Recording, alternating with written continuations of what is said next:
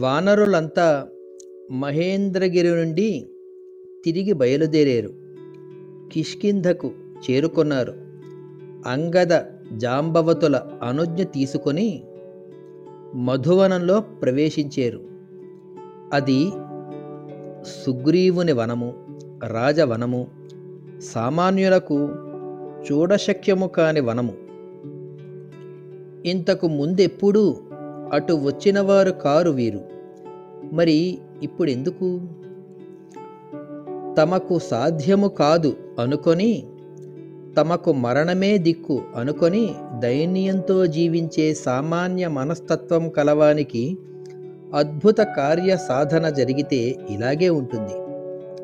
అదైనా తాము ప్రత్యక్షంగా సాధించలేదు. అయినా సరే ఆ సంతోష అనుభవము తమదే కావాలి. ఈ ప్రవృత్తి అసామాన్య ప్రవృత్తి కల స్వామియందు లేదు. ఆయన ఈ వనంలో ఉన్నా ఈ చేష్టకు, ఈ ఆనందానికి దూరడు. వీటన్నింటికీ దూరంగానే ఉంటాడు. ఆంజనేయ స్వామి లంకలో శత్రువనాన్ని నాశనం చేస్తే ఈ వానరులు ఇక్కడ తమ రాజవనాన్ని నాశనం చేశారు. అంగదుడు మధుభక్షణం చేయడానికి అనుజ్ఞనిచ్చాడు. అంతే. అప్పుడే గాయంతి కేచిత్, ప్రణమంతి కేచిత్, నృత్యంతి కేచిత్, ప్రహసంతి కేచిత్, పతంతి కేచిత్, విచరంతి కేచిత్, ప్లవంతి కేచిత్, ప్రలపంతి కేచిత్. కొంతమంది పాటల్ని మొదలుపెట్టారు, పాడుతున్నారు. కొంతమంది నమస్కారాలు చేస్తున్నారు. కొంతమంది వెర్రి నవ్వులు నవ్వుతున్నారు. కొంతమంది నాట్యాలు చేస్తున్నారు, పడుతున్నారు, లేస్తున్నారు, గెంతుతున్నారు. ఒకడేమో పాట పాడతాడు, వాడిని చూసి నవ్వేవాడొకడు, వాడిని చూసి ఏడ్చేవాడు ఇంకొకడు, వాడిని చూసి దండాలు పెట్టేవాడు ఒకడు, వాడిని చూసి పొగిడేవాడొకడు, వాడిని చూసి దండాలు పెట్టేవాడొకడు. ఇలా ఎలా ఉండాలో అలా ఉన్నారు. మధువు లోపలకు వెళ్ళిందో లేదో ఇంకా తెలియదు. ఇది మధుస్థితి, ఇది మదస్థితి. ఆ వన పాలకుడు దదిముఖుడు, వాడు సుగ్రీవుని మామగారు. ఈ స్థితి చూసి ఆశ్చర్యపోయాడు. ఎక్కడిది ధైర్యము వీరిలో? ప్రభువనాన్ని కన్నెత్తైనా చూసే ధైర్యము లేని వాళ్ళకి ఈ చేష్టలేమిటి? దగ్గరగా వెళ్ళి వారిని గద్దించేడు. అంతే. లోపల ఉండే గాలి అంతా బయటకు వచ్చేటట్లు పొడిచేరు.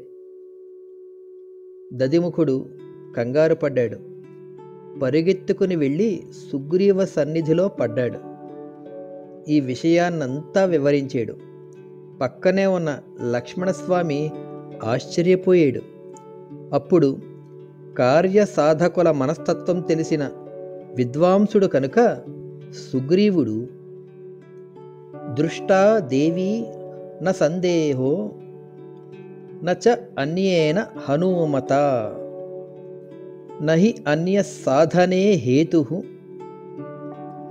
కర్మణోస్య హనుమతః. సీత చూడబడింది, సందేహం లేదు.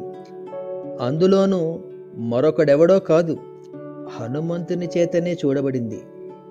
ఇంకొకడెవడూ ఈ పని చెయ్యలేడు. జాంబవాన్యత్ర నేతా స్యాదంగదశ్చ మహాబలః హనుమాంశ్చాపి అధిష్ఠాత న తస్య గతిరన్యథా అంటాడు సుగ్రీవుడు. వాళ్ళు చేసిన పనికి, అంటే మధువనంలో వానరులు చేసిన పనికి నేను సంతోషించాను అని చెప్పు అని దదిముఖునితో అంటాడు. సీతాదర్శన రూపమైన విషయాన్ని రాఘవుడు విని కుతూహలంతో ఉన్నారని చెప్పు. వాళ్లను వెంటనే ప్రవేశించమని చెప్పు అనేటప్పటికీ దదిముఖుడు కంగారు పడ్డాడు. తొందరగా అక్కడి నుంచి వెళ్ళాడు. మధువనంలోని వాళ్లను బతిమాలేడు.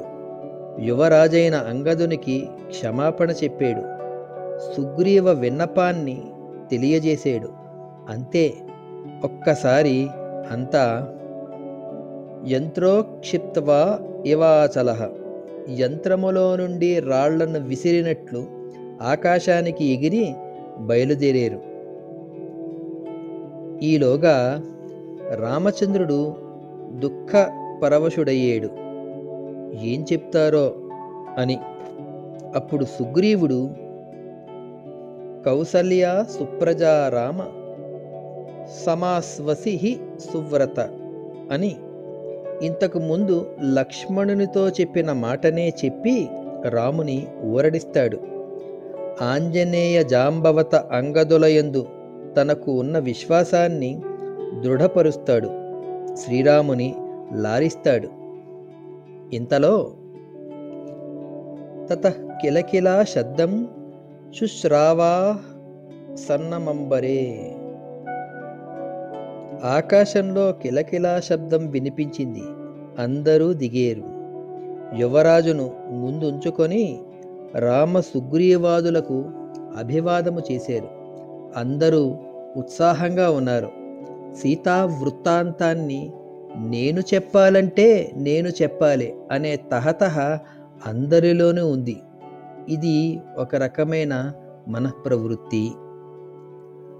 తమకేమో విషయంలో ప్రత్యక్ష సంబంధం ఉండదు, పరోక్ష సంబంధం మాత్రమే ఉంటుంది. కానీ ఆ వార్తను తెలియజేయవలసి వచ్చినప్పుడు మాత్రం తామే చూసినట్లు, తామే లంకలోనికి వెళ్ళి సీతాదేవిని చూసి వచ్చినట్లు, రావణాంతఃపురేరోధం రాక్షసీభిశ్చ తర్జనం రామే సమనురాగంచ యశ్చాయం సమయః కృతః అని అంతా చెప్పేశారు.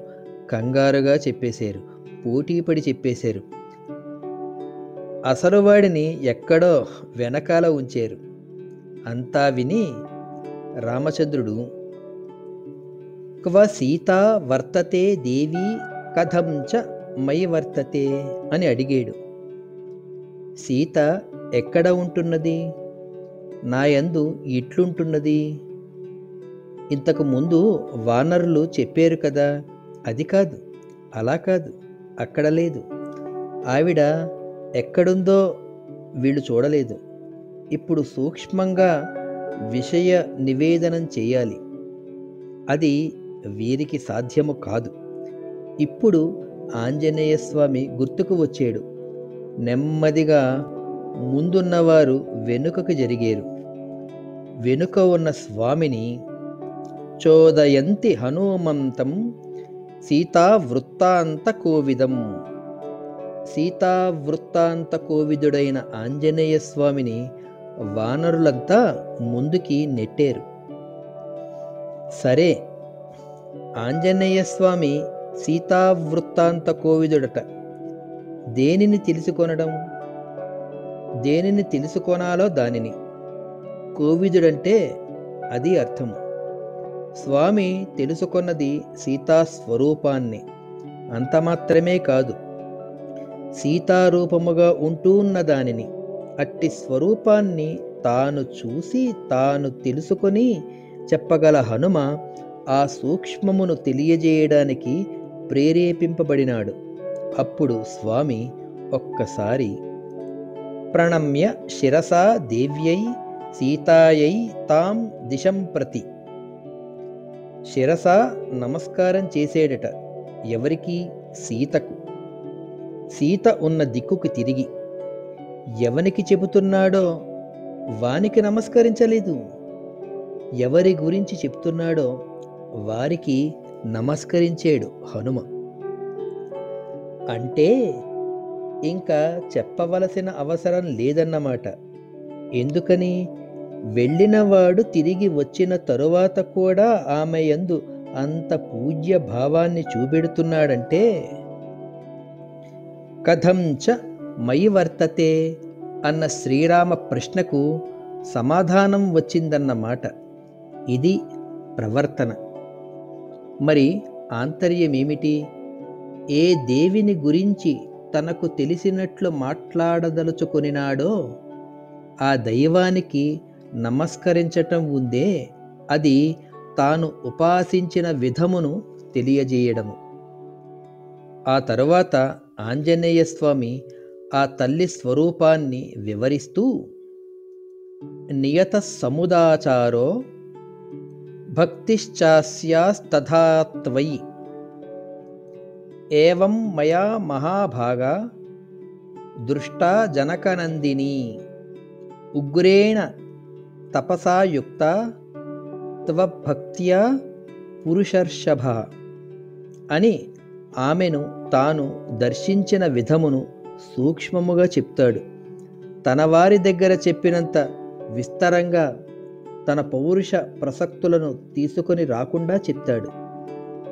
జనకునకు కనిపించి ఆనందాన్ని కలిగించినట్లే నాకు కనిపించి ఆనందాన్ని కలిగించింది.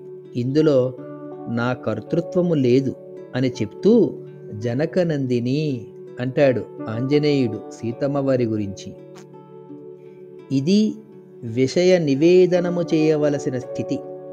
చూడామణిని శ్రీరాముని చేతిలో పెట్టాడు. రాముడు చూడామణిని చూసి